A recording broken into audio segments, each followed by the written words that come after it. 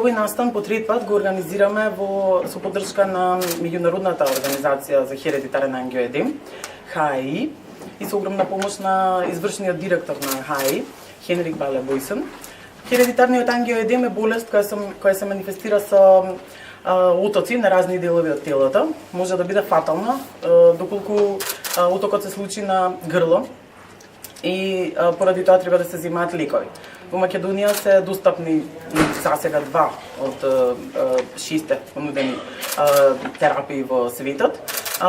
И во Македонија бројот на пациенти е околу 20, а во регионот имаме околу 1000 пациенти, меѓутоа се уште диагностиката се одвива и таа бројка може да се смени. Дали е во пораст бројот на пациенти? Бројот на пациенти е во пораст како резултат на разните активности кои ги организираме. Понекогаш се случува и пациентите гледајќи на телевизија сами да се диагностицираат, да си ги препознаат симптомите кои ги набројуваме. И како резултат на тоа дојде до драматичен пораст последниве неколку години од 11, што беше бројот пред 5 години, сега веќе околу 20 пациенти броиме. Очекуваме и таа бројка е постојано да расте. Благодарение на медиумите кои секогаш не поддржува, мислам дека можеме и да стигнеме и до поголема бројка. Колку од нив се деца и достапноста на терапиите? 20 се возрастни, 2 се деца. За сега во Македонија се достапни терапии за хередитарен ангиоедем. Се надеваме дека таа тенденција ќе продолжи. Зошто велите преку телевизија да тешко оди диагностиката во Македонија? Па во помалите места понекогаш пациентите се соочуваат со одредени потешкоти, така што некогаш се случува и самите доктори да не се доволно обучени да ги реферираат, да ги пратат во центарот во Скопје. Инаку во Скопје си имаме одличен доктор, професор доктор Висна Гривчева-Пановска, која што за кратко време успева да ги диагностицира пациентите.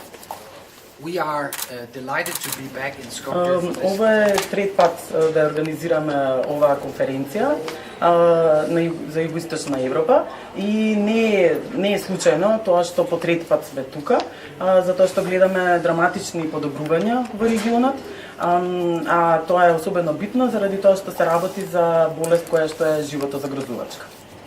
Во регионот брои 11 земји кои се членки на ХАИ International, меѓутоа како што веќе напомна господинот, не е случајно што се тука, бидејќи Македонија во споредба со другите земји навистина направи успех и покрај тоа што има 20 пациенти, благодарение на Сдруженијето ХАИ Македонија, успеавме да донесеме тука 2 од регистрираните 4 лекови во Европа.